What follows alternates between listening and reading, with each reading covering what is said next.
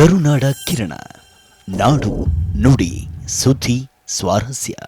ಕಲಬುರಗಿ ಜಿಲ್ಲೆಯ ಕಮಲಾಪುರ ತಾಲೂಕಿನ ಕುರಕೋಟ ಬ್ರಿಡ್ಜ್ ಪಕ್ಕದ ಹೋಟೆಲ್ಗಳ ರಾಷ್ಟ್ರೀಯ ಹೆದ್ದಾರಿ ಪ್ರಾಧಿಕಾರಿಗಳು ಜೆಸ್ಕಾಂ ಅವರಿಗೆ ಪತ್ರ ಬರೆದು ವಿದ್ಯುತ್ ಸಂಪರ್ಕ ಕಡಿತಗೊಳಿಸಿದ್ದಕ್ಕೆ ಕುರಕೋಟ ಗ್ರಾಮಸ್ಥರು ರಸ್ತೆ ತಡೆದು ಪ್ರತಿಭಟನೆ ನಡೆಸಿದರು. ಈಗಾಗಲೇ ಹಿರಿಯರಾದಂತ ಸರ್ ಅವರು ಮತ್ತೆ ಪ್ರಕಾಶ್ ಅವರು ಹೇಳಿದ್ದಾರೆ. ಪ್ರಶ್ನೆ ಇರೋದು ಎರಡೇ, ಅವ್ರು ಏನ್ ಹೇಳ್ತಾ ಇದಾರ, ನೀವು ಅನಧಿಕೃತವಾಗಿ ರೋಡಿನ ಮೇಲೆ ಇದ್ದೀರಿ, ಅದಕ್ಕ NH ದವರು KEB ದವರಿಗೆ ನೋಟಿಸ್ ಕೊಟ್ಟಿದ್ದಾರೆ, ಇವ್ರು ಲೈನ್ ಕಟ್ ಮಾಡಿ ಅಂತ.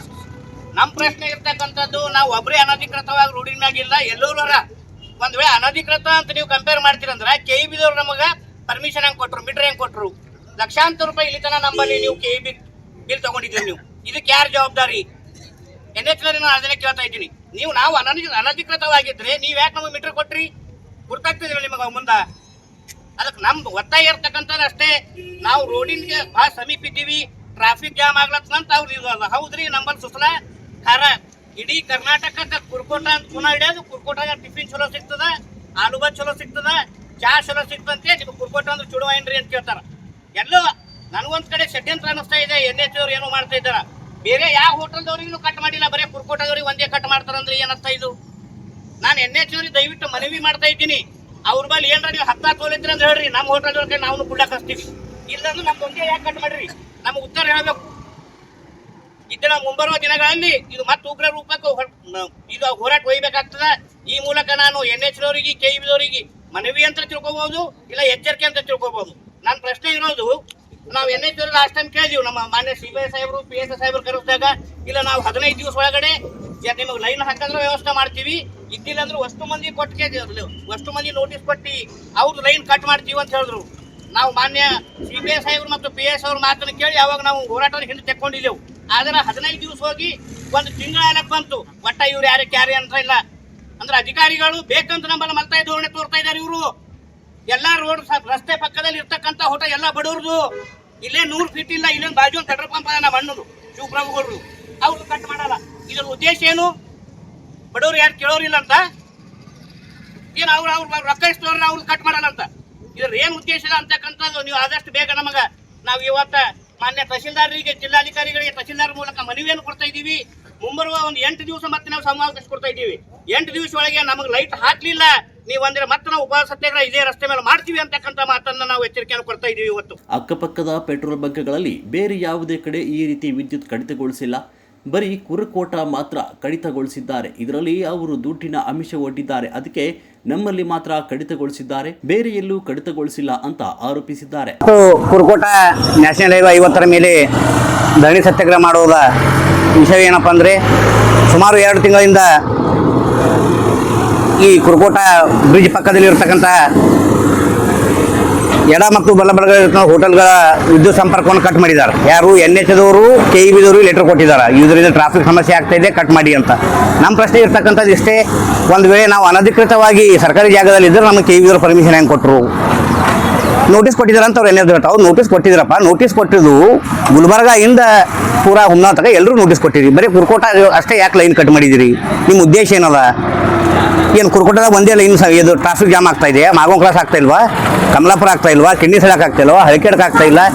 ಅದಕ್ಕೆ ನಾವು ಹೇಳ್ತಕ್ಕಂಥದ್ದು ಅಷ್ಟೇ, ನೋಡ್ರಿ, ನಾವು ಬಡವ್ರ ರೊಟ್ಟಿ ಮೇಲೆ ಹುಡ್ಲಿಕ್ಕೆ ಹೋಗ್ಬೇಡ್ರಿ, ನಮಗೆ ಪುನಃ ಕರೆಂಟ್ ಕೊಡ್ರಿ, ಕಟ್ ಮಾಡೋದಾದ್ರೆ ಅಷ್ಟು ಮಂದಿ ಕಟ್ ಮಾಡಿರಿ, ನಾವು ಒಬ್ಬರೇ ರೋಡಿಗಿದ್ದೀವಿ, ನೀವು ಯಾಕೋ ಉದ್ದೇಶಪೂರ್ವಕವಾಗಿ ಮಾಡಿದ್ದೀರಿ ಅಂತಕ್ಕಂಥದ್ದು ಮೇಲ್ನೋಟ ಕಂಡು ಬರ್ತಾ ಇದೆ. ಒಂದು ವೇಳೆ ಮುಂದೆ ಒಂದು 8 ದಿವಸ ನಾವು ಟೈಮ್ ಕೊಡ್ತಾ ಇದ್ದೀವಿ ರೀ, 8 ದಿವಸ ಒಳಗಡೆ ನಮಗೆ ಕರೆಂಟ್ ಹಾಕಿದ್ರು ಸರಿ, ಇದ್ದೆಲ್ಲ ಮತ್ತೆ ನಾವು ನಮ್ಮ ಗ್ರಾಮಸ್ಥರೆಲ್ಲ ಸೇರಿಕೊಂಡು ಎಲ್ಲ ಹೋಟೆಲ್ ಮಾಲೀಕರ ಜೊತೆ ಸೇರಿಕೊಂಡು ಯಾವ ರೀತಿ ಮುಂದಿನ ಹೋರಾಟವನ್ನು ಮಾಡಬೇಕಂತಕ್ಕಂಥದ್ದು ನಾವೆಲ್ಲರೂ ಕೂಡ ಡಿಸೈಡ್ ಮಾಡ್ತೀವಿ. ಇವಾಗ ರೀ ಜೆಸ್ಕಾಮ್ದವ್ರು ಲೈಟ್ ಕಟ್ ಮಾಡಿ, ಜೆಸ್ಕಾಮ್ದವ್ರು ಯಾಕೆ ಕಟ್ ಮಾಡಿದ್ರು ಅಂತ ಹೇಳಿದ್ರೆ NH ದವರು ಅವರಿಗೆ ಲೆಟರ್ ಬರೆದಿದ್ದಾರಂತೆ, ಟ್ರಾಫಿಕ್ ಜಾಮ್ ಆಗ್ತಾ ಇದೆ, ಕಟ್ ಮಾಡಿ ಅಂತ ಹೇಳಿ. ಮಾಗಾವ್ ಕ್ರಾಸು, ಕಮಲಾಪುರ, ಅದೇ ಹೆಚ್ಚು ಪ್ರಶ್ನೆ. ಅದೇ ನನಗೆ ಎಲ್ಲೋ ಮೇಲ್ನೋಟಕ್ಕೆ ಏನು ಕಾಣ್ತಿದ್ದ, ಬೇರೆ ಹೋಟೆಲ್ದವ್ರ ಬಳಿ ಏನು ತೊಗೊಂಡ್ಕೇಸಿ ಇವರು ಅವ್ರು ಲೈನ್ ಇಟ್ಟಾರ, ನಮ್ಮಲ್ಲಿ ಏನು ಕೊಡಲ್ಲ ಅಂತ ಹೇಳಿ ನಮ್ಗೆ ಬಂದು ಕಟ್ ಮಾಡ್ರಿ. ಅವ್ರು ಏನಾರ ಆಸೆ ಇದ್ರೆ ಹೇಳಿ ನಾವು ಕೊಡ್ತೀವಿ. ದುಡ್ಡಿನ ಆಮಿಷ ಇರಬಹುದು, ನಮ್ಮ ಮೇಲ್ನೋಟ ಕಂಡು ಬರ್ತದೆ ಸರ್.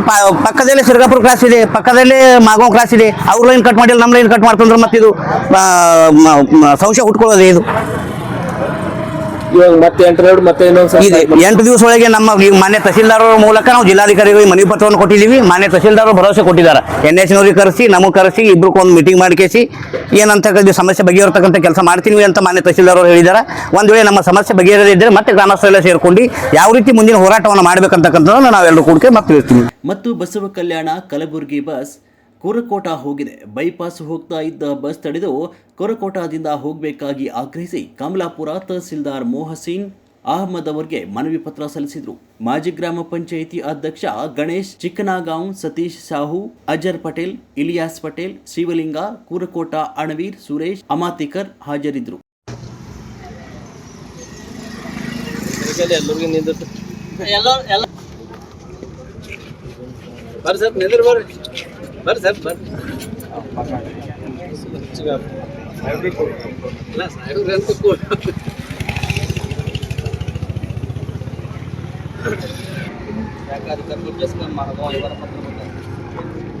ಮೇಲ್ಕಂಡ ವಿಷಯಕ್ಕೆ ಹಾಗೂ ಉಲ್ಲೇಖ ಸಂಬಂಧಿಸಿದ ಜಿಲ್ಲೆ ಕಮಲಾಪುರ ತಾಲೂಕಿನ ಕುರುಕೋಟ ಗ್ರಾಮದ ಹೊಸ ಮತ್ತು ಹಳೆ ಬ್ರಿಡ್ಜ್ಗೆ ಐಮಾಸ್ ಅಳವಡಿಸಬೇಕು.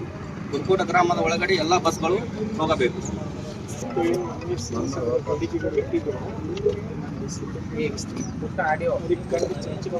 ಸರ್ NH ನಮ್ಮ ಹೋಟೆಲ್ ಮಾಲೀಕರಿಗೆ ಅವ್ರಿಗೆ ಅದೇ ಮಾಡ್ತಾರೆ.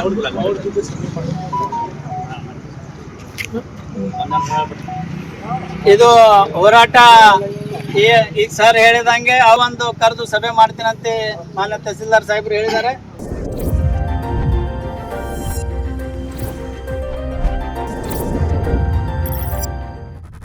ಕರುನಾಡ ಕಿರಣ, ನಾಡು ನುಡಿ ಸುದ್ದಿ ಸ್ವಾರಸ್ಯ.